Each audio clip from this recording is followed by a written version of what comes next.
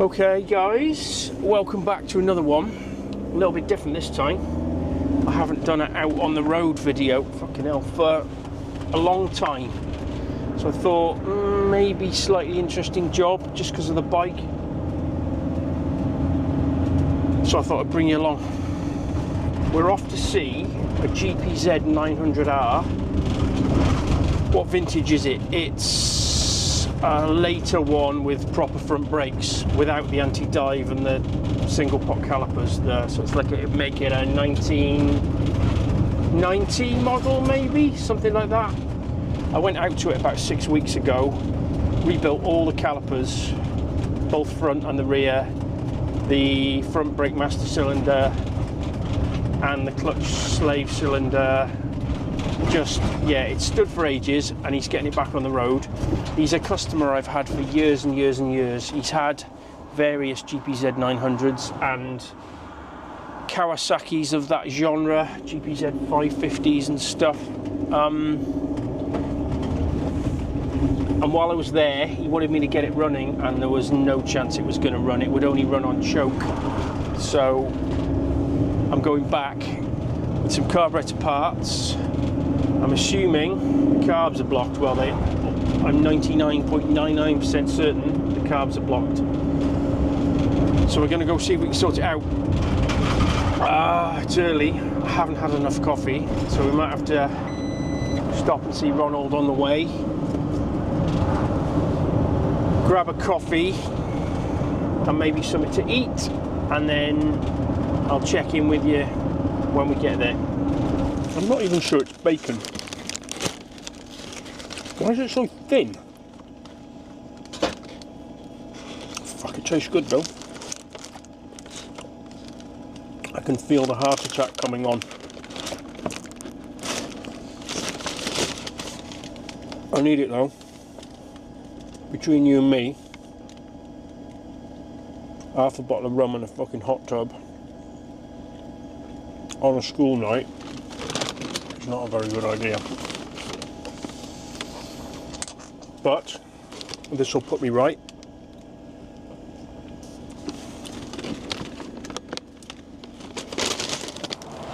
I've landed and there it is. It is a particularly nice example of a GPZ900, it has to be said. I mean, it's not brand new, but tell you what, you've got to go a long way to find one this nice. I don't actually remember how many miles it's got on it. How many miles has it got? 13,000 miles. Not many. Okay, so the battery's already off because that's on charge. The owner kindly put that on charge for me, which will save me a bit of drama. Side panels off, tank off. The biggest mission with these is not the actual doing of the carburetors once they're off, it's the getting the carbs on and off. And when they're old, okay, go previous. If they were brand new, the airbox rubbers, meaning the joiny rubber piece between the back of the carburetor and the airbox, they're nice and soft, supple rubber, but when they get some years on them, the rubber gets harder. It actually shrinks slightly and gets much harder and less pliable. That's the problem with doing these old Kawasaki's or any old motorbike, is the rubber components get rock hard. If it was brand new, you just push the carburetors back against the airbox rubbers and slide the carbs out, but the rubbers are not going to be that soft. So I'll show you it as I'm doing it, but often you have to force the rubber out of its mounting position in the airbox and push it back into the airbox to give you enough room to get the carburetors out. The reverse of that, unfortunately, is way more difficult, getting the airbox rubber back onto the carburetor and seated in the airbox properly. It can take as long to do that as it can to actually go through the carburetors. Ideal scenario would be you've got brand new airbox rubbers so you can put it back together easier. Unobtainium now. Airbox rubbers for these, as far as I know, are rocking horse shit, hen's teeth, not happening. Let me get the tank and the panels off and I'll show you what's going on.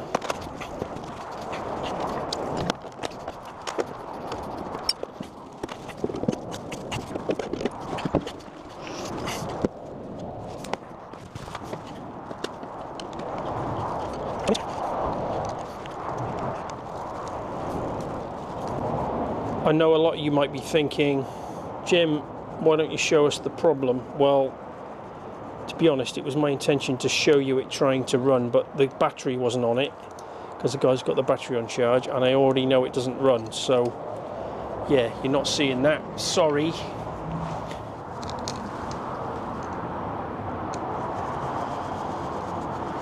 Incidentally, this isn't the first time I've had the carbs off this bike. I don't mean recently. I think about 10 years ago maybe I had the carbs off. I think I'm probably responsible for this inline fuel filter. I can't honestly remember, but I've definitely had the carbs off this for the same reason, blocked idle circuit pilot jets. But that was a long time ago.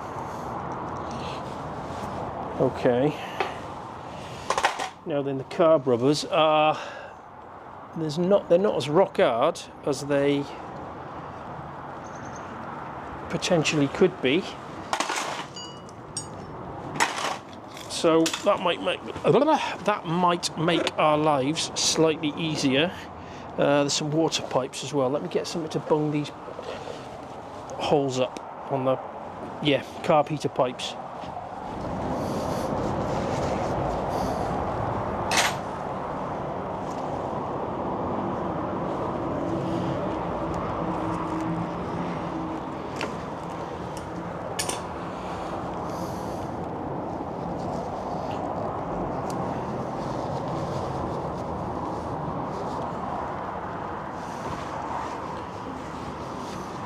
I love taking carbs off these.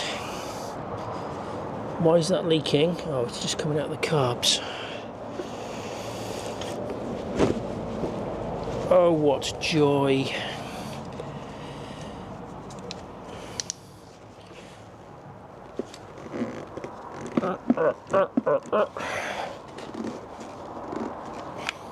When the rubbers get, I think I'm going to be all right. There's just enough flex in the rubbers, but when the rubbers get really hard, the only way to do it, and I was explaining this, I think, was I earlier on, you got to push the rubber back into the airbox, which is then the reverse of that, is trying to get it back. It's just a fucking catastrophe. You need nice soft rubbers, really.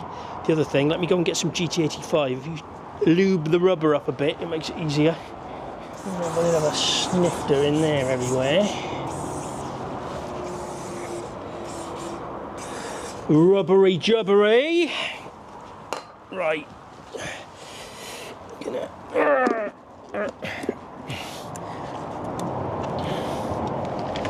So I've got the, as I think you've just seen, I've got the throttle cables disconnected at the, on the handlebar. Oh my god, they're so tight. The reason being, you need, you'll see in a second, you need, oh god, I'm not doing those throttle cables any favours, am I doing that to them? Okay. You need a load of free play to get the cables out. Right, 10mm spanner.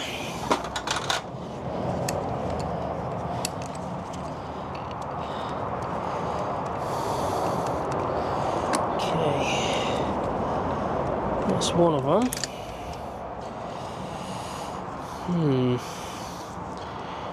A bit second-hand looking, but then it is old. I can't get to it. There we go, it's turning. Is that enough? Seriously?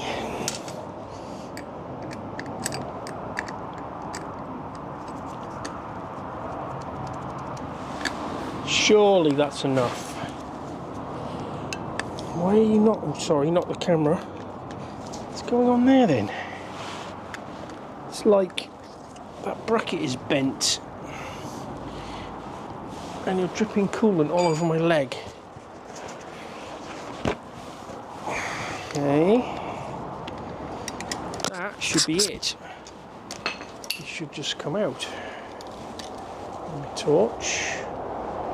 Best torch in the world. I'll talk about that when I do my favourite tools video, which I am planning to do.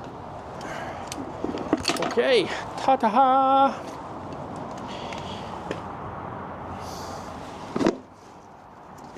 Actually, they're sort of, it's weird, they're soft on the top and rock hard on the bottom. Could be worse, they could all be rock hard. They're just soft enough to enable me to get the carbs back in, I think. I'll cross that bridge when I get to it. I'm not in the workshop, so I haven't got any of my funky 3D printed plugs. Stuff some rag in there. Right, let's get these carbs in bits and get them soaking. I'm struggling to mount the camera somewhere where I can see what I'm doing. The camera isn't in the way and you get some sort of a view. I think that'll probably do. Hopefully it's in focus. Okay. I don't know what to tell you other than going to take the float balls off and have a look inside. I suspect they're a bit green and furry. I tell you what I haven't done, which is a little bit annoying. I didn't bring any new float ball screws with me, and these are a little bit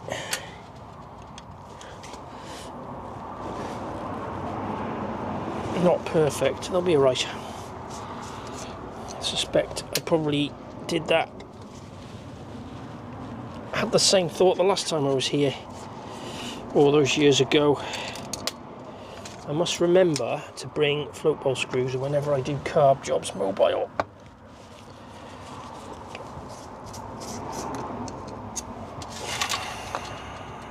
Although I try and avoid carb jobs mobile because ideally the chemical I use, it needs a few hours of soaking, and it's really hard to justify. You know, you spend an hour getting the carbs off and getting them stripped, you soak them, then what are you going to do for 2 hours? Watch YouTube or edit a video or something, but you can't really charge the customer for the time. So it is time that's been burnt through the day, so it's a difficult one really. Ideal scenario is you soak them for 24 hours. With these carburetors, you've already noticed that they're painted black, and the paint comes off remarkably easy, so you've got to be careful. Ask me how I know.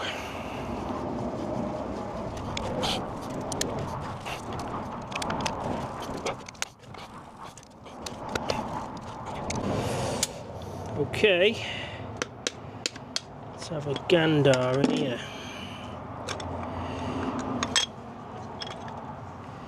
Oh, not that bad at all. I mean, can you see that? Bit varnishy in that one, but I mean, I was expecting way worse, if I'm honest. Yeah, it's got that green, slightly slimy, in fact it even feels slimy, varnishy contamination, but crikey, expecting a lot worse than that, to be honest with you. Okay, so what I'm going to do, come on now. Oh, Jim, it helps if you undo all the screws, mate. It really does.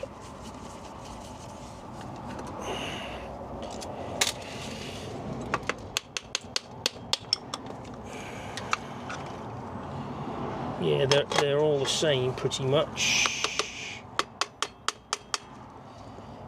That one is stuck on. There we go. So, do you really want to watch a man clean carburetors? Probably not. You've seen it a million times. You're going to take the pilot jets out, the emulsion tube, the main jets, the mixture screw, make sure the washer and the spring and the O-ring are accounted for, although I have got new with me, but yeah. Take the diaphragms out, just to have a quick look, although probably I might not even do that because they feel fine, and if you open the carb up and look inside, there's no varnishing on the needle, so I probably won't bother with the diaphragms. I can tell the diaphragms are actually not split just by the way the slides sound. Basic carb clean. give them a good soak, put them back together, put them on, balance them. I don't want this video to be a massive epic, you know, 30+ minute thing. I'm hoping for a 15-20 minute video out of this, just a little bit behind the scenes. I'll crack on and clean these. I might bring you back on, bring you back in when I'm fitting them and first startup and stuff. All right, cool, onwards. Okay, bit of an update. So exactly as expected, just as you saw, green and furry, got everything out, soaking, lots of varnish contamination coming out. 2 of the pilot jets blocked, absolutely solid. 2 of them I could just about get something through, and that made me think of a top tip, talking about getting something through. If you need something to clean a jet out with, obviously, you know, you can buy pin gauges and stuff, but if you want a sort of cheap assortment of fine pointy things to put in jets, you can buy these. They're for cleaning out 3D printer nozzles, so they come in various sizes. They're 0.35, 0.15, 0.25. They're all sort of pilot jet sized spiky things, and actually if you measure them, this is a 0.35. Very accurately ground made. They come with a nice little handle on them, and they're for no money. Perfect. Put some of those in your toolbox. Not that you should be poking things in jets really, but you know, we live in the fucking real world, don't we? Like 2 of these jets are block solid. Now if I left them soaking in here, they'd be in there for days before they freed up. What I've got to do is soften the varnish inside the jet, then get a little spiky thing started so the carb cleaner can work on the inside of the jet. Obviously you don't want to be ramming something in bigger than the actual size of the jet. Sometimes you've got to get physical. Right, that's my top tip for the day. Ta-da! I don't know why I'm doing that, you can't see. They're on. Oh my days, what a fight that was. These rubbers are bordering on not being usable. As I think I said earlier, the fight, I mean the fight off is bad enough, but the fight back on and getting everything lined back up and these little wire clips back on is just a massive pain. Took longer to do that than it did to actually clean them, not accounting for the, you know, letting them soak for an hour, and then I've stupidly forgotten my auxiliary bottle thing to feed the carb, so I'm having to feed it with a little funnel. Anyway, I'll start it for you, but my mic picks up all the engine noise, so you might not hear me that well.